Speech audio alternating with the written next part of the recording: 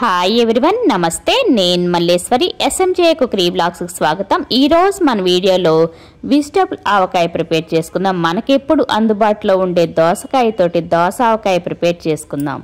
దోస ఆవకాయ already మన ఛానల్లో upload చేస్తున్నాము. ఈ రిక్వెస్టెడ్ వీడియో. దోసకాయలు 2-3 టైమ్స్ వాటర్తో క్లీన్ చేసి పొడి క్లాత్ తీసుకొని శుభ్రంగా తుడవాలి. ఇప్పుడు మనం దోసకాయ ముక్కలు కట్ చేసుకుందాం. దోసకాయ కట్ చేసి ఈ సీడ్స్ రిమూవ్ చేసేస్తాము. ఒకసారి మనం దోసకాయ టేస్ట్ చూసుకోవాలి. కొన్ని దోసకాయలు చేదు ఉంటాయి. ఈ సీడ్స్ కూడా రిమూవ్ చేసి వేస్ట్ చేయక్కర్లేదు. ఇందులో ఫైబరు, ప్రోటీన్ ఉంటుంది, తినచ్చు.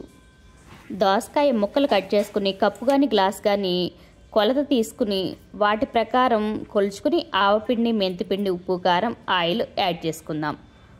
నేను తీసుకున్న దోసకాయ 2 కప్పుల ముక్కలు అయ్యాయి.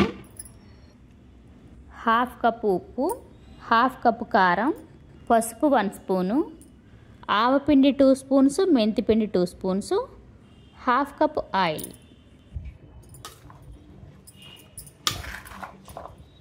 ముక్క మనకి గట్టిగా ఉండాలి అంటే మన ఆవకాయ మిక్స్ చేసుకున్నట్టుగా దోసకాయ ముక్కలు ఆయిల్తో తడిపి అప్పుడు ఈ ఉప్పు, కారం, ఆవపిండి, మెంతిపిండి యాడ్ చేసుకోవచ్చు. 4 months మనకి ఫ్రెష్గా ఉంటుంది. 1 day తర్వాత సాల్ట్, కారం ఇవి చెక్ చేసి అప్పుడు 8 కంటైనర్లో స్టోర్ చేసుకోవచ్చు. దోసకాయ అనగానే మాకు ఎస్పెషల్లీ ప్రకాశం డిస్టిక్ వైపు అయితే పచ్చి దోసకాయ పచ్చడి మస్ట్ అండ్ షుడ్గా ఉంటుంది గోంగూర పచ్చడితో పాటు.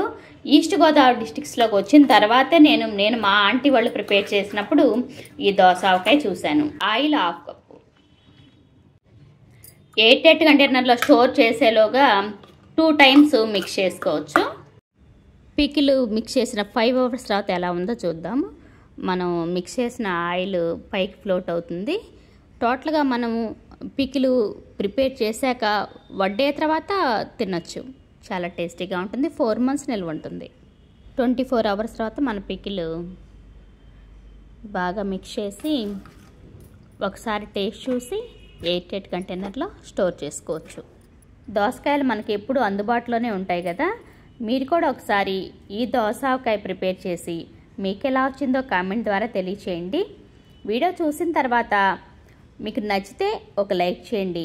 యూస్ఫుల్ ఇన్ఫర్మేషన్ ఉంది అనిపిస్తే మీ ఫ్రెండ్స్కి, ఫ్యామిలీ మెంబర్స్కి షేర్ చేయండి. మీరు చేసే ఒక లైక్ వల్ల వీడియో ఎక్కువ మందికి రీచ్ అవుతుంది.